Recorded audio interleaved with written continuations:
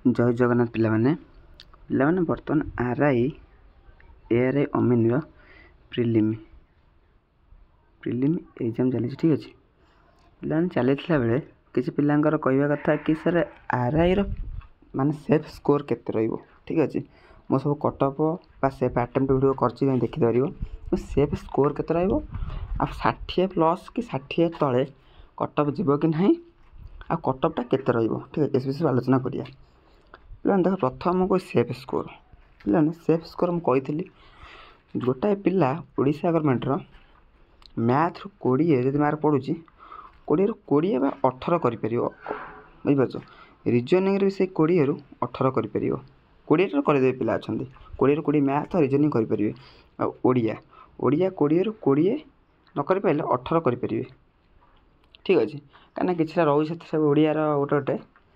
जोटाक टे अति hard question आसचे तो पिला मैंने 20 ରୁ 20 करदे पिला ठीक अच्छे सपोज कि गोटे अनुमान मारदे से क्वेश्चन ठीक है तो 20 ରୁ 20 हो जाए हार्ड क्वेश्चन थी तो एमती ये 3टा एति मार रही ठीक अच्छे ये 18 3 54 54 मार 60 रू होगला आउ रहा इंग्लीश आउ कौन जीएस इंग्लीश जो पिला नॉर्मल किसी ना वोकाबुलरी करें से मिनिमम पैसेज 10 मार्क कर मिनिमम 10 कर ठीक है ठीक कथा ये सब ठीक है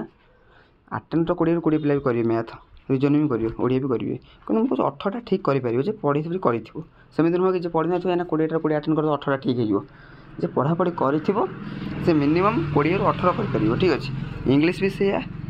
से मिनिमम 10टा कर ठीक अच्छे आ जीएस 10टा कर 20 ରୁ एतिक है टोटाल हूँ 74 कौन ठीक मार्क हो पे भाव 74 ठीक से अटेम्प्ट तो ए कर भाविन 20 कर 6टा भूल है एत 10-15टा कर इसी 10टा खंड भूल है 10टारू जो मार्क माइनस मार्क हिसाब से 70 भाया कि 68 भाया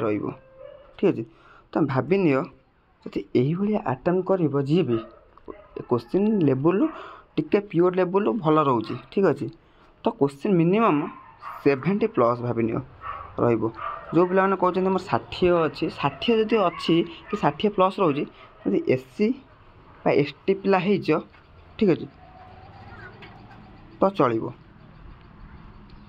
ठीक अच्छे आ तुम कह आम 60+ रखू हो जनरल और एससी बीसी पिला 60+टा सेफ स्कोर नुहे बुझीपार कहीं मुझे तुमको जो भाई मार्क डिस्ट्रीब्यूशन कल से भाई मार्क रहीपर ऑटोमेटिक ठीक है तुम चाहिए ठीक अच्छे तुमर पुणी कंप्यूटर ना तो कंप्यूटर भी भल पिला माने अटेंड कर कंप्यूटर ना तुम जीएस इंग्लीश पिला मार्क कम करेंगे ठीक अच्छे इंग्लीश पिला अच्छा 15 करेंगे 10 ରୁ 15 करेंगे ठीक अच्छे करें कि तुम जेहेतु मुझे कहूँ कि तुम मिनिममटा नहीं चल मिनिमम नहीं चलले तुम से 10 इंग्लीश कर जीएस 10 कर जीएस पिला अच्छे 15 करेंगे 15टा टे अधिका हो कहीं जो मैंने पढ़ी थे भल कि क्वेश्चन को एत ये पकड़ कि तुम सब 20 मिनिमम भाविन मैक्सिमम पिला जो हाईएस्ट अटेम्प्ट बुझीपार से करेंगे 80 ରୁ 85 मार्क्स रखिपारे जेहेतु यहाँ हूँ आमर ऑनलाइन बेस तो नॉर्मलाइजेशन हम कहीं मुझे नॉर्मलाइजेशन हम तो न हम गोटे शिफ्ट हार्ड क्वेश्चन पड़ी सी 60 मार्क कर गोटे क्वेश्चन इजी क्वेश्चन पड़ी से 65 कर साढ़े 60-65 कल तुमको सारे गोटे टार्गेट एमती हो असुविधा गोटे को शिफ्ट कर हार्ड क्वेश्चन ठीक है सी रखी 75 ठीक है जोटा को इजी क्वेश्चन पड़ी सी रखी 80 ठीक है जो नॉर्मलाइजेशन 80 मार्क सब कटअप गला 76 गला तो सीटा कौन कर 75 पिला कौन पढ़ी तो तापाई कहीं नॉर्मलाइजेशन नॉर्मलाइजेशन कौन ना से हार्ड शिफ्टर तार 3 मार्क हम 78 हम इजी शिफ्ट पिला 2 मार्क 3 मार्क कम तार 77 हम ये भी क्वालिफाई कर किंतु जो पिला माने ठीक अच्छे 70 कर देते इजी शिफ्ट ठीक है से कि हार्ड शिफ्ट जो पिला माने भाभी 72 74 कर 2-3 मार्क कम पढ़ तो 77 होगा कटअप 76 जाइए सी तो क्वालिफाई करेंगे ना कि जो पिला माने इजी शिफ्ट 75 रखिंट 77 कटअप गला से क्वालिफाई करेंगे ठीक है 77 रखिए सपोज 77 रखिए इजी शिफ्ट 77 जाइए गोटे दिन कर फाइन लस हम से तो नॉर्मलाइजेशन एथि हम कि जो हार्ड शिफ्ट पिला जो हार्ड क्वेश्चन की अटेम्प्ट कर भल स्कोर कर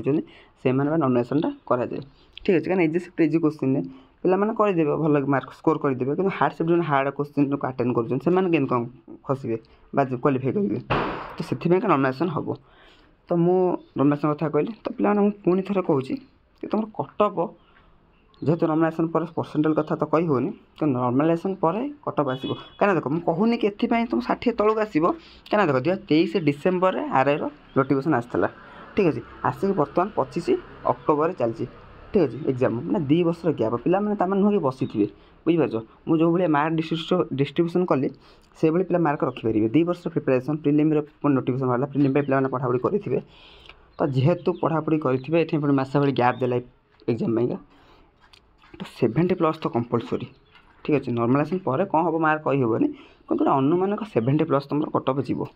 ଠିକ୍ ଅଛି। କାହିଁକିନା ପରସେଣ୍ଟାଇଲ୍ ତ ହେବ କି ନ ହେବ ଠିକ୍ ନାହିଁ, କିନ୍ତୁ ନର୍ମାଲାଇଜେସନ୍ ହେବ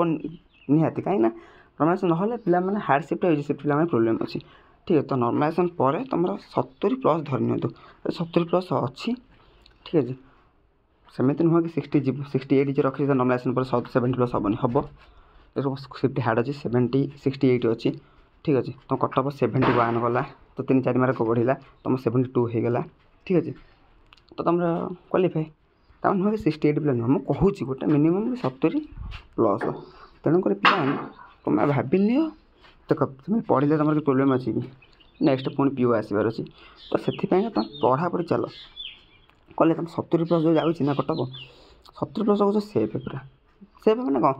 ହେଇପାରେ 62-63 ଯାଇପାରେ କି 75 ଯାଇପାରେ, 70 ରଖୁଛ ଯଦି ହାର୍ଡ଼ ସିଫ୍ଟ ହେଉ ବା ଇଜି ସିଫ୍ଟ ହେଉ ତୁମକୁ ସୁବିଧା ହେବ କ୍ୱାଲିଫାଇ କରିବା ପାଇଁ, ଠିକ୍ ଅଛି। ତ ପିଲାମାନେ ସେଇ ହିସାବରେ ପ୍ରିପାରେସନ୍ କରିଛ ଯଦିଓ ଆରାମସେ ଏକ୍ଜାମ୍ ଦେଇକି ଆସ, କିଛି ଅସୁବିଧା ନାହିଁ, ଠିକ୍ ଅଛି। ଟେନସନ୍ ନେବାର ନାହିଁ। କଟଅଫ୍ ତୁମର ନର୍ମାଲାଇଜେସନ୍ ପରେ ଆସିବ, ଠିକ୍ ଅଛି। ନର୍ମାଲାଇଜେସନ୍ ହେଉ କେଉଁଭଳି ଭାବରେ ହେଉଛି ନର୍ମାଲାଇଜେସନ୍, ତାପରେ କଟଅଫ୍ର ମାର୍କ ଆସିବ, ଠିକ୍ ଅଛି। ଠିକ୍ ଅଛି ନା, ଆଜି ପାଇଁ ଏତିକି। ପୁଣି ନେକ୍ସଟ ଭିଡ଼ିଓ ଆସିବ ଆପଣମାନଙ୍କ ପାଇଁ ସେଇ ଆନାଲାଇସିସ୍ କରିକି ଭିଡ଼ିଓର। ଆଜି ପାଇଁ ଏତିକି, ରହୁଛୁ। ଜୟ ଜଗନ୍ନାଥ।